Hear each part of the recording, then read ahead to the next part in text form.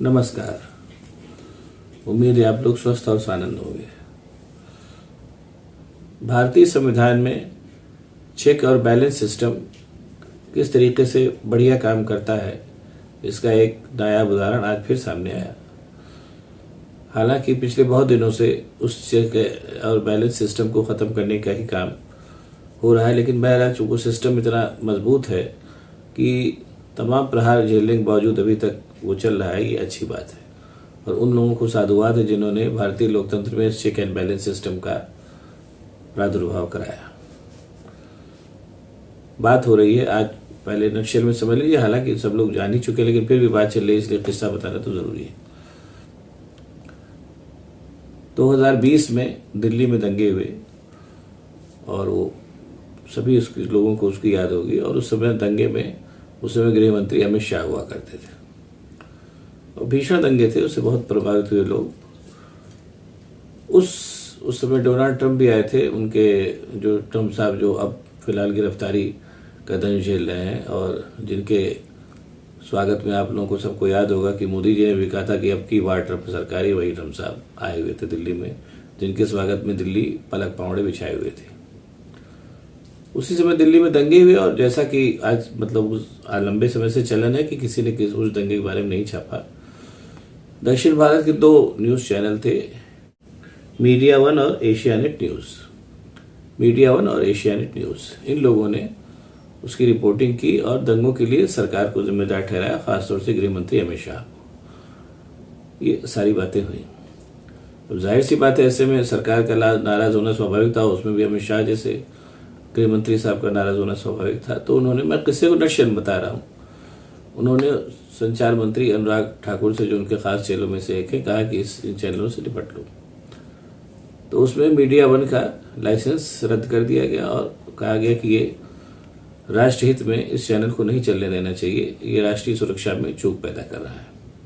और वो लाइसेंस जो था उसका चैनल का रद्द कर दिया गया। मामला हाईकोर्ट में पहुंचा। हाईकोर्ट ने कोई सुरक्षा मतलब कोई राहत देने से इनकार कर दिया। तो फिर ये मामला आप जस्टिस चंद्रचूड़ साहब की, जो चीफ जस्टिस ऑफ इंडिया, उनकी अदालत में पहुंचा। उन्होंने भारत सरकार को निर्देश दिया कि इसका लाइसेंस फिर से रिन्यू किया जाए और इसको चलने दिया जाए। और इस पूरे फैसले में उन्होंने दो महत्वपूर्ण बातें कही। एक तो उन्होंने कहा कि ये सरकार की आलोचना करना कहीं से भी राष्ट्रीय सुरक्षा में चूक नहीं है, नंबर एक। और नंबर दो, सरकार को अपनी आलोचना सुनने के लिए तैयार रहना चाहिए। लोकतंत्र की ये भी एक खास बात है। यहां पे ये केस खत्म हुआ। अब आगे की बात करते हैं।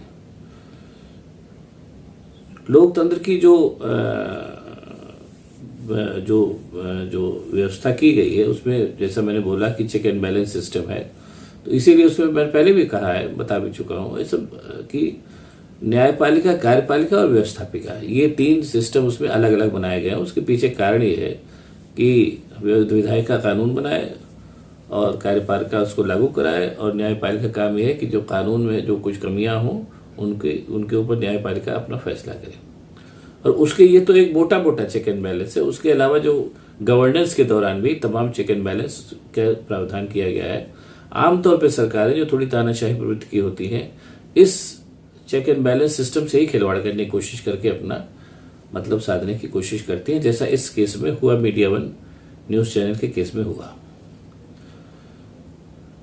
अब सवाल ये पैदा हो रहा है कि जब लोकतंत्र है और लोकतंत्र में बोलने की आजादी है, जैसा चंद्रचूड़ साहब ने इस केस में कहा भी, और दूसरी बात जो उन्होंने कहा कि बोलने की आजादी में राष्ट्रीय सुरक्षा की बात कहां से आती है, ये भी उन्होंने कहा। दो मुख्य बातें, आमतौर पर सरकारें जो है लोगों के ऊपर, चाहे वो मीडिया चैनल हो, चाहे वो अखबार हो, चाहे वो नागरिक भी हो, नागरिक संगठन भी हो, उनके ऊपर यही दो ही आरोप लगाती हैं कि इनसे ये जो कह रहे हैं या कर रहे हैं उनसे राष्ट्रीय सुरक्षा को खतरा है, और दूसरी ये है कि ये जो है सरकार का अपमान है, या सरकार का अपमान ही कह लीजिए कि मतलब ये बोल रहे हैं आप तो इससे तमाम तरह के खतरे, यही आमतौर पे बात कही जाती है और जिक्र कर दिया जाता है।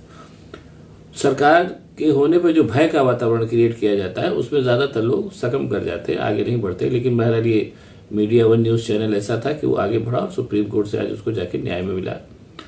ये भी सही बात है, इसमें चीफ जस्टिस चंद्रचूड़ साहब को भी सलाम बनता है कि उन्होंने एक ऐसा निष्पक्ष फैसला दिया। ये बात तो जाहिर हो चुकी है और इस फैसले के दूरगामी परिणाम होंगे, ये कहने में भी कोई वो नहीं है, क्योंकि जो जिस तरीके की इस सरकार का वातावरण है, हर चीज़ को भय करके और भयभीत करके और चीज़ों को अपने पक्ष पे कराने की, ये वातावरण थोड़ा थोड़ा कम होगा।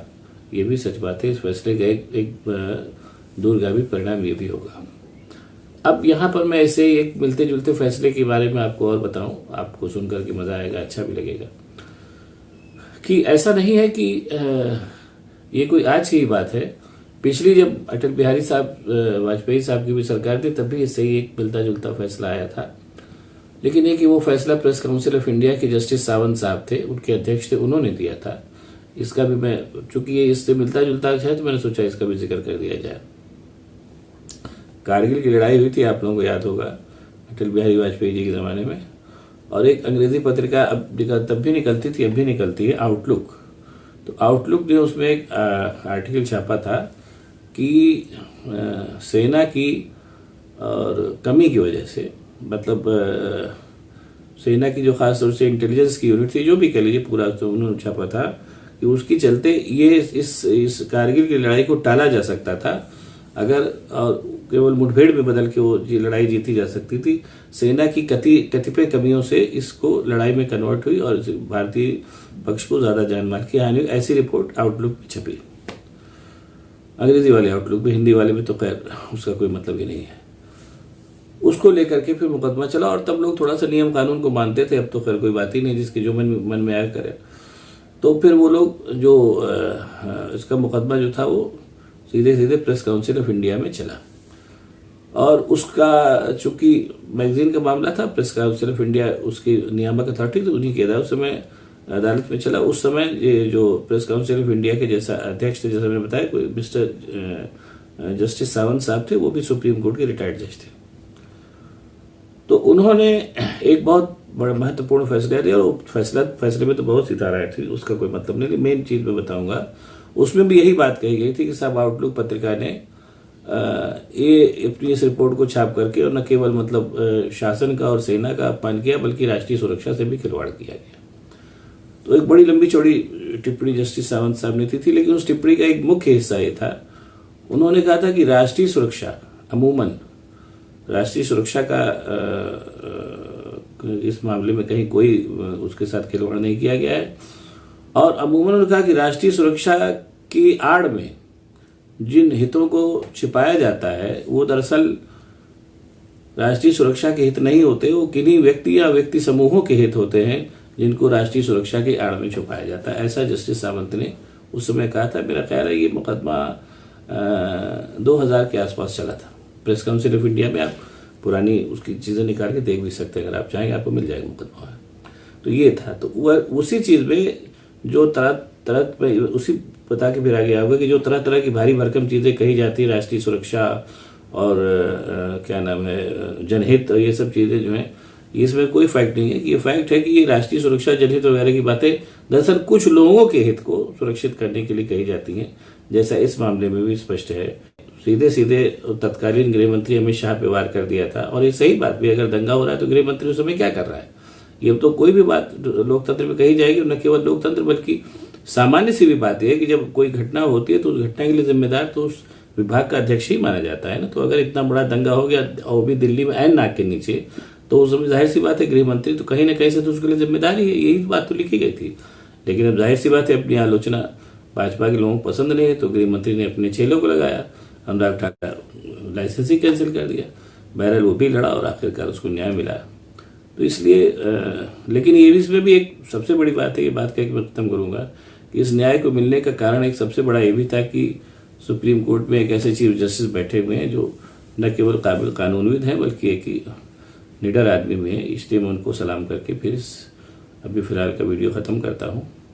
अगर आप लोगों को मेरा वीडियो पसंद आया तो इसको लाइक करिए, शेयर करिए और मेरे चैनल को भी सब्सक्राइब करिए, ताकि मैं और भी ऐसी बातें आपको बताता रहूँ। बहुत बहुत धन्यवाद। नमस्कार।